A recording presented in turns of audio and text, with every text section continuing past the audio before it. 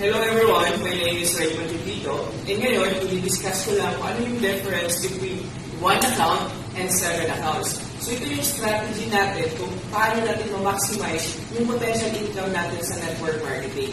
Okay? So basically, if you want to become a member or gusto mo lang maka-discount, we really suggest na yung 1 account lang, yung starter account na 4,538 pesos. Pero guys, kung gusto nyo talagang kumita ng malaki, we really suggest ito yung 7 accounts, which is the builder's package. Okay? So let's start. Ganito yan. Once you are a member, bibigyan ka ng isang business account. For example, ikaw to. Let's assume na meron kang 8 new members. Okay? So ganito yan. Diba? May left team, may right team. Okay? So, ito yung gitna. 4 sa kaliwa, okay? And 4 sa kanan. So, ibig sabihin, meron kang 8 new members. 4 sa left, 4 sa right. And meron tayong tinatawag partners na direct referral. Every time na mag-refer ka, meron kang 300 pesos. Okay? 300 pesos every referral.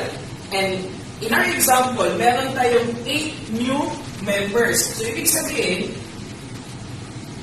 300 times 8, meron kang 2,400 pesos na direct referral bonus. Okay? So, dito, ang pangalawang kitaan is meron tayong tinatawag ng infinity or pairing. Ibig sabihin, if meron kang isa sa left, isa sa right, meron kang 500 pesos.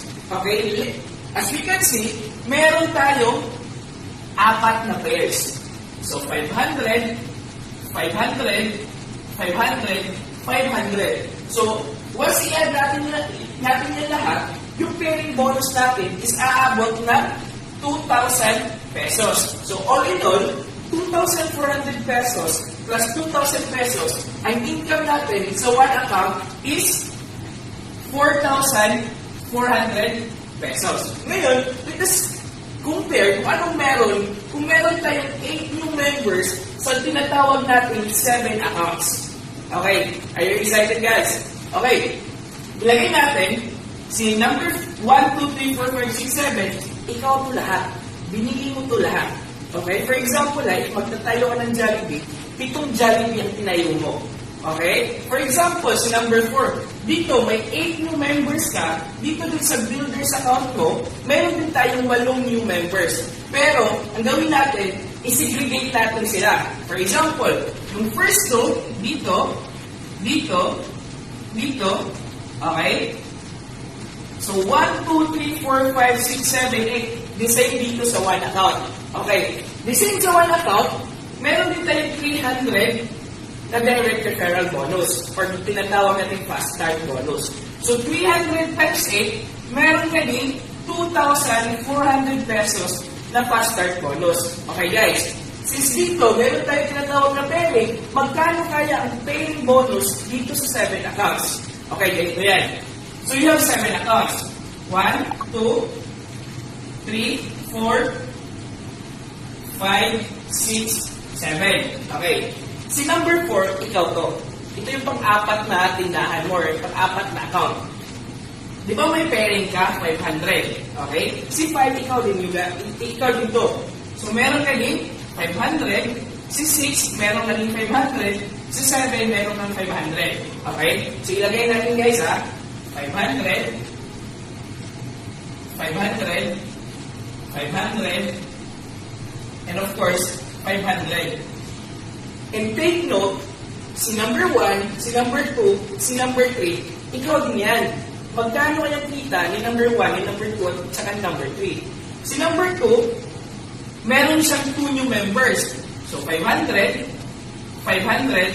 So, si number 2, meron siyang 1,000. Okay? Si number 3, the same din. Meron siyang left team, meron siyang right team. 500, 500, so meron siya 1,000. Take note, si number 1, ikaw din to. So magkano kaya ang kikitain ng number 1? Merong 4 sa kaliwa, 1, 2, 3, 4, 4 sa kanan. So 4 pairs times 500 pesos, meron kang 2,000. Okay. I-add natin lahat kung magkano yung total income mo. Okay? 2,000 plus 1,000, 3, 4,000, 4,500, 5,000, 5,500, 6,000. So it means 2,400 plus 6,000, meron kang kita na 8,400 pesos. Okay? So ngayon, makikita natin kung ano yung difference between yung 1 account and 7 accounts.